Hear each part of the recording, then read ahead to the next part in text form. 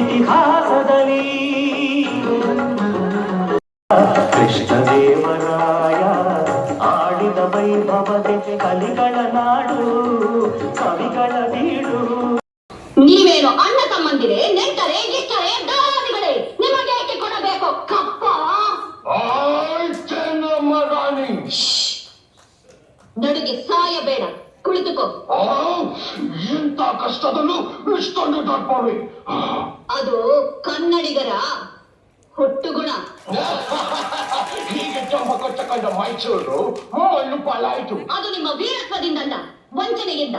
ಮೈಸೂರನ್ನು ಹಾಳು ಮಾಡಲು ಮರಾಠರನ್ನು, ಮರಾಠರನ್ನು ಹಾಳು ಮಾಡಲು ಮತ್ತೊಬ್ಬರನ್ನು ಎತ್ತಿ ಕಟ್ಟುತ್ತಾ ಇಡೀ ಹಿಂದೂ ದೇಶವನ್ನೇ ನಯವಂಚನೆಯಿಂದ ನುಂಗಲು ನಿಂತಿರುವ ನರಿಯ ಜಾತಿಯವರಲ್ಲವೇ ನೀವು?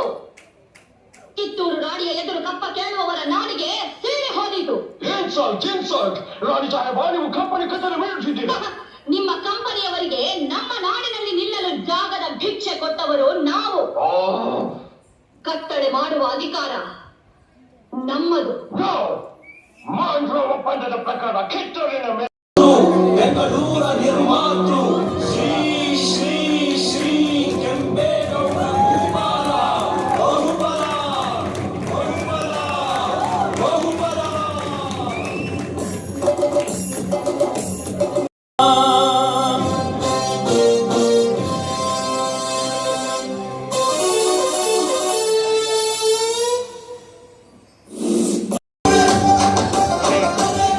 ಮರೆಯೋದುಂಟೆ ಮೈಸೂರ ದೊರೆಯ ಶ್ರೀ ನಾಲ್ವಡಿ ಕೃಷ್ಣರಾಜ ಒಡೆಯ. ಮರೆಯೋದುಂಟೆ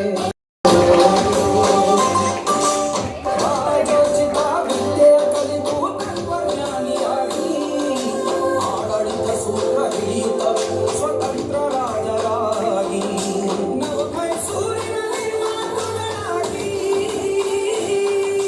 ನಾಡು ನುಡಿಗೆ ಬಹುಜನರ ಏಳಿಗೆಗೆ ಜೀವ ಕೊಟ್ಟ ದೊರೆಯ.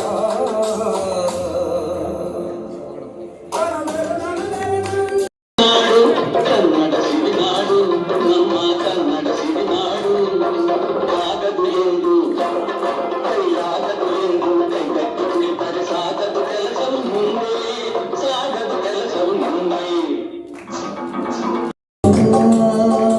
ಹೆಸರು ಸಾಲು ಮರದ ತಿಮ್ಮಕ್ಕ, ಅವಳ ಹೆಸರು ಸಾಲು ಮರದ ತಿಮ್ಮಕ್ಕ, ಅವಳ ಹೆಸರು ಸಾಲು ಮರದ ತಿಮ್ಮಕ್ಕ. ಗಷ್ಟನೇ ಬಂದಿಲ್ಲ ಇಲ್ಲ.